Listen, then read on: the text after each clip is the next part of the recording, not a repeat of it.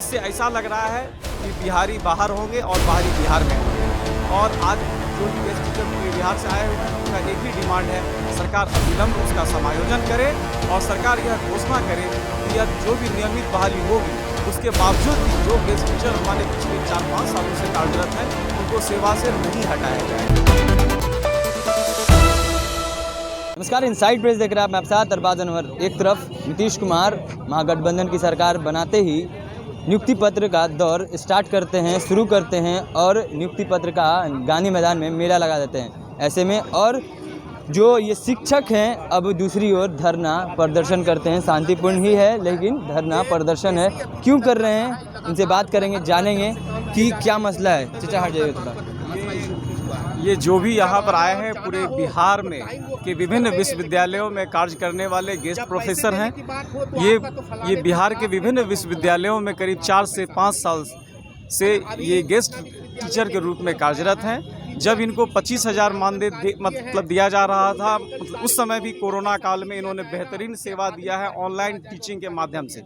और अब जब इनको जो है 50,000 कर दिया गया है मैक्सिमम, तो भी यह जो है पूर्ण रूप से अपना शिक्षण का काम कर रहे हैं, जो कि यूजीसी के पूरे मापदंड पे इनकी बहाली की गई है। आज सरकार नियमित बहाली कर रही है। नियमित बहाली में भी गेस्ट टीचर को अंक मिलना चाहिए, एक्सपीरियंस का लाभ। उसमें भी एक है पूर्णिया विश्वविद्यालय, जिसमें कार्य करने वाले गेस्ट टीचर को अगर मतलब उनको अनुभव प्रमाण पत्र वहाँ के कुल सचिव ने जारी किया है, जो कि सीनेट सिंडिकेट से पास होने के बाद उनकी नियुक्ति हुई है। और उनको कुल सचिव ने जो भी अनुभव प्रमाण पत्र दिया है वो मतलब जिस शिक्षण संस्थान में काम कर रहे थे वहाँ के प्राचार्य, वहाँ के पीजी हेड की अनुशंसा के आधार पर उनको दिया गया है एक्सपीरियंस सर्टिफिकेट। फिर भी आयोग उसको अभी मानने से इनकार कर रही है। इससे ऐसा लग रहा है कि बिहारी बाहर होंगे और बाहरी बिहार में होंगे।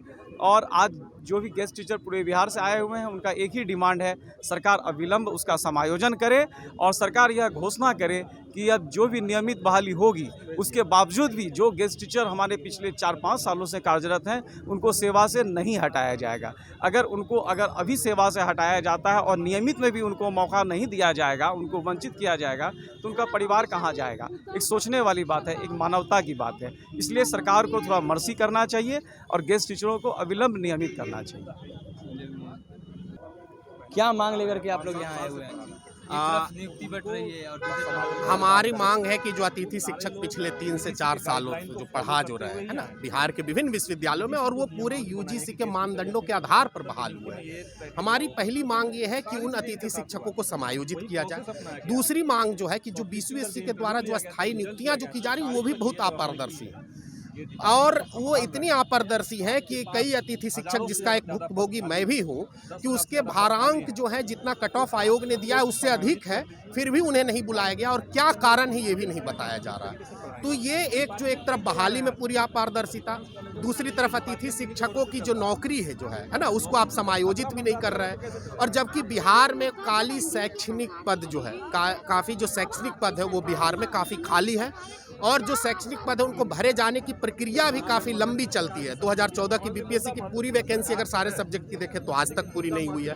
2020 की अभी जो बीसीयूएससी की जो अपारदर्शी तरीके से 3 साल से जो चली आ रही है और ना जाने अनवरत कितने सालों तक चली जाएगी। इसके साथ साथ एसोसिएट और प्रोफेसर पद की जो पद है वो पिछले 50 सालों से कोई बहाली ही नहीं हुई है। तो छात्र शिक्षक का अनुपात यहाँ ऐसे ही काफ़ी खराब है। आपको क्यों लग रहा है कि पारदर्शिता नहीं है? मैंने बताया कि किसी को क्यों अंक, किस मद में कितना अंक दिया जा रहा है वो बता ही नहीं रहे। अगर आप आयोग से अगर पूछेंगे कि भाई मेरा पीएचडी का इतना, मेरे शोध का इतना, मेरे शोध का 10 अंक, जैसे मैं अपना उदाहरण दूं तो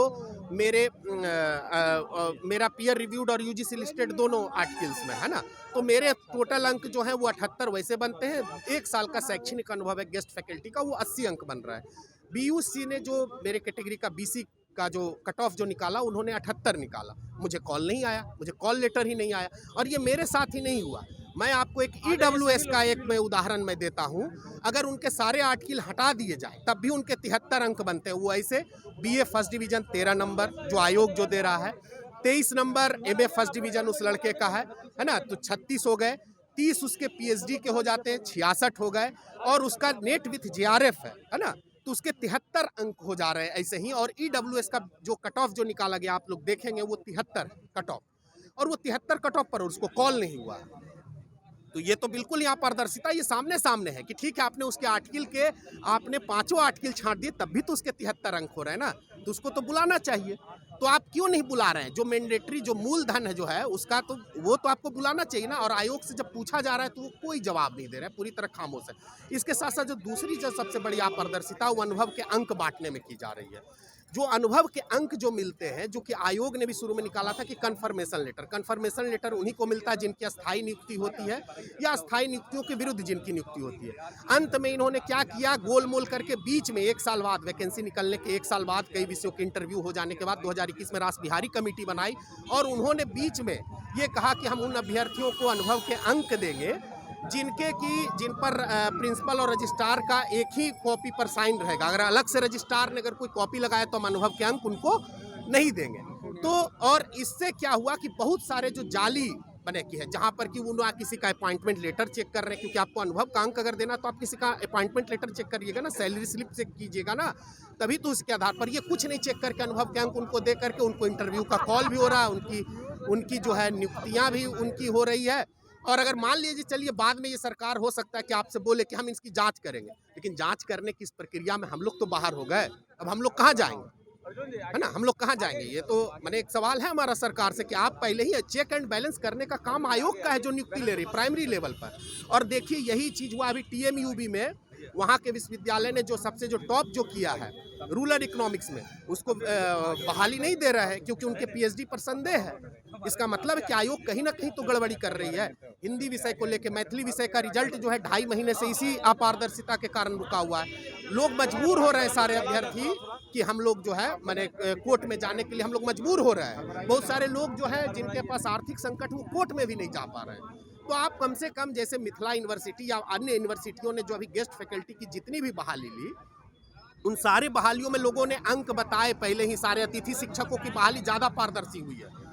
सारे अंक उनको बताए गए कि आपके ये अंक हैं और आपको लग रहा है कि नहीं दिया गया तो आप उस पर दावा कीजिए, प्रतिदावा कीजिए। आयोग ऐसा कुछ नहीं कर रहा। तो ये थे हमारे साथ अतिथि शिक्षक जिनका साफ तौर पर कहना है कि इनकी अस्थायी रूप से रखा जाए, सरकार में शिक्षक बना करके रखा जाए, और इनका साफ तौर पर ये कहना है कि अस्थायी रूप से इनको रखा जाए और जो परीक्षा में जो इसमें पारदर्शिता है वो है नहीं, उसे कायम किया जाए। और भी क्या कुछ कह रहे थे अतिथि शिक्षक, आपने सुना है। ऐसे ही तमाम अपडेट्स खबरों के लिए जुड़े रहे हमारे चैनल इनसाइड प्रेस के साथ। तब तक के लिए धन्यवाद।